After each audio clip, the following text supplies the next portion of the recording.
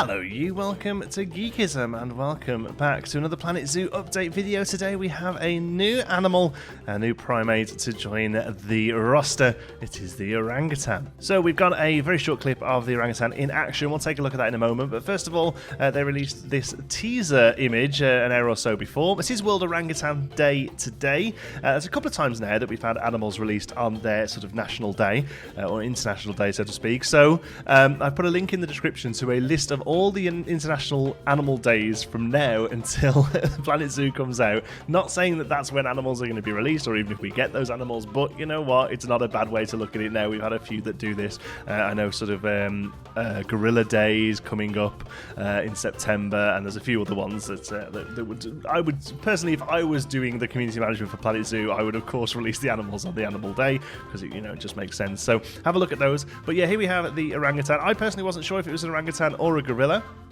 from this photo because being colourblind I couldn't really tell that they had sort of red or orangey skin there. I was looking more at the silhouette, and the silhouette actually does look a little bit sort of gorilla-ish, and that's mostly due to the fur, I think, which is something we'll talk about in a moment. But we'll have a look at the orangutan in depth in a minute. But first of all, let's have a look at some of the other stuff that this screenshot gives us. First of all, we get a really great look at this cracked dirt texture down the bottom here.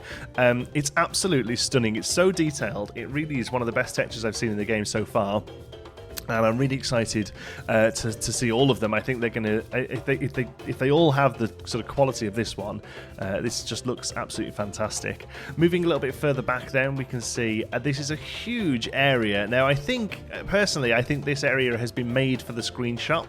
I don't think this has been sort of taken from one of the zoos that are in the game as a campaign mode zoo or something like that.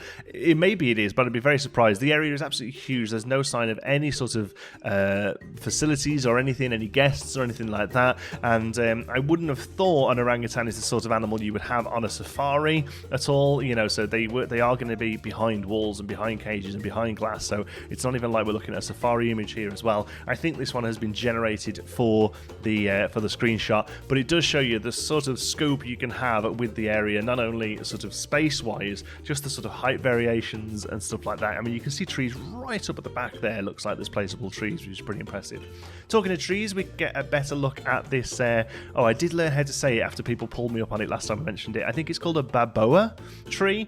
These awesome, proper thick boy trees that place down. They're really quite massive, typical Planco scale, but that is kind of how big they are in real life, to be honest with you. How many of these kind of trees I'll use, I don't really know, because I'm going to probably go for the more sort of manageable, realistic foliage. But even still, they look great. I think we're looking at the exact same tree here in the middle and then here slightly to the right. Looks like it's the exact same model. I don't even think they've rotated it, actually. Maybe they have slightly.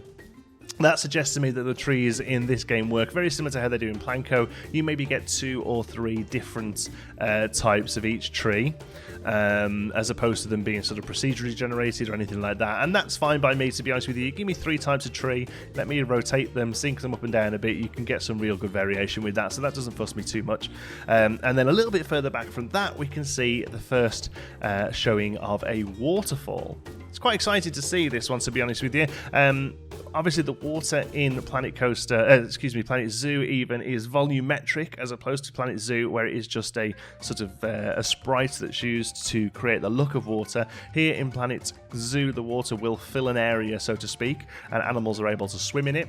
Now, we don't know whether or not the full volumetric water goes into becoming dynamic water. There is a slight difference.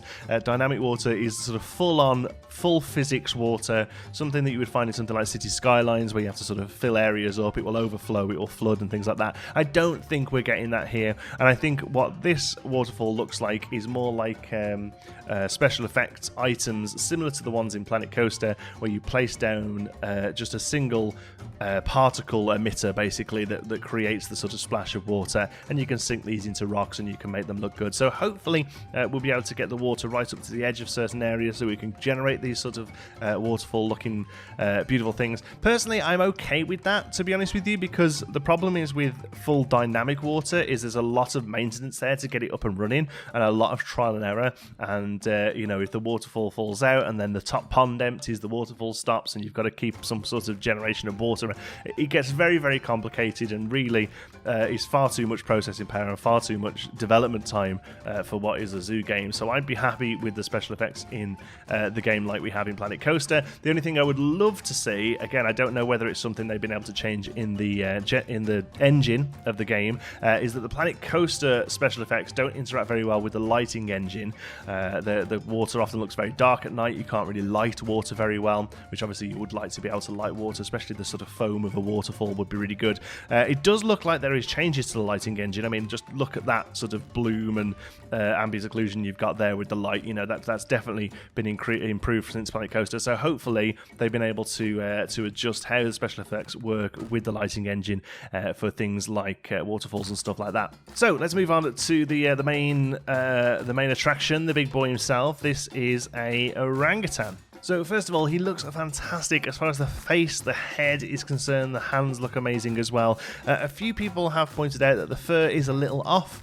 The fur looks quite fuzzy as opposed to orangutans actually have quite long, sort of supple hair, actually. Some people would probably kill for this hair that orangutans have. They sort of, it flows really nicely, it gets longer as they get older. The reason why we're seeing this more sort of fuzzy fur is because the fur in this game is generated through a shader as opposed to actually being modelled and working with physics. This is really a processing issue. I think the fact that all these animals have to procedurally animate, and there's going to be a lot of them in a zoo as well from a high scale. It's not like a main character of a video game whose hair can flow in the wind. This orangutan is going to be one of 50, 60, 70 animals in a zoo. I'm saying that there's going to be some duplicates there. I'm not saying that there's going to be 70 different animals, but you're going to have a herd of 10 zebra, aren't you? You're going to have 4 or 5 lions. You're going to have a couple of these things probably.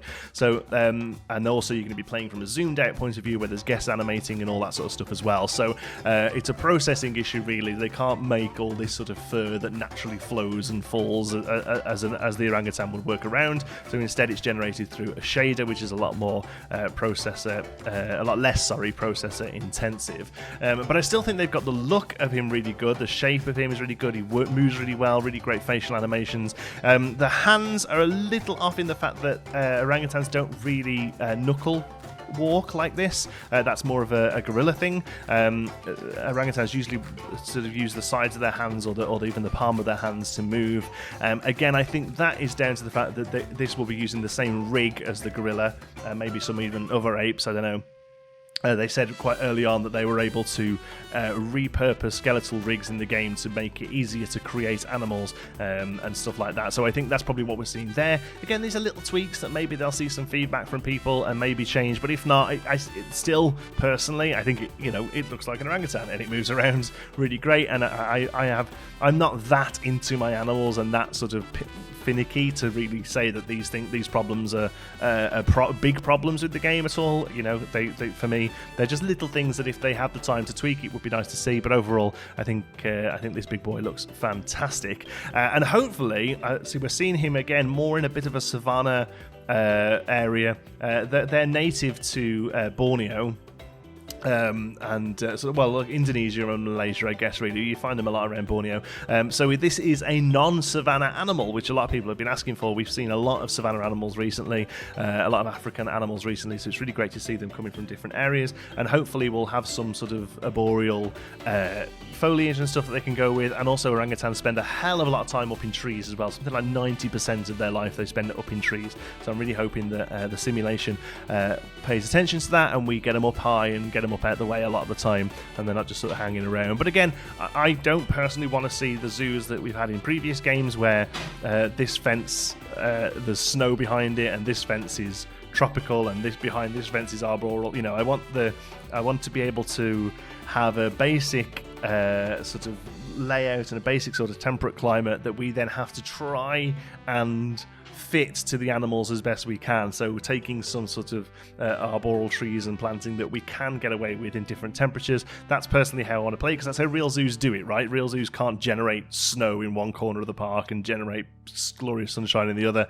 So personally, I'm hoping we get lots of options to be able to do that with them. But he looks fantastic. It looks great. Can't wait to see more. I'm very excited that, this is the day before Gamescom. This is coming out on Monday. Tomorrow we get the gameplay demo from the official gameplay demo from Gamescom, and a lot of streamers who are over there are going to be playing it as well. So it's really excited to still see. We had the career mode stuff the other day. We've had this today. I was kind of thinking we'd have a bit of a sort of feast and famine kind of thing. I thought we'd go for a few days with hearing nothing, with them getting ready for Gamescom. So it's really great to still see stuff coming out. Obviously, with Gamescom tomorrow, I will be doing a deep dive into the gameplay video as soon as I get hold of it.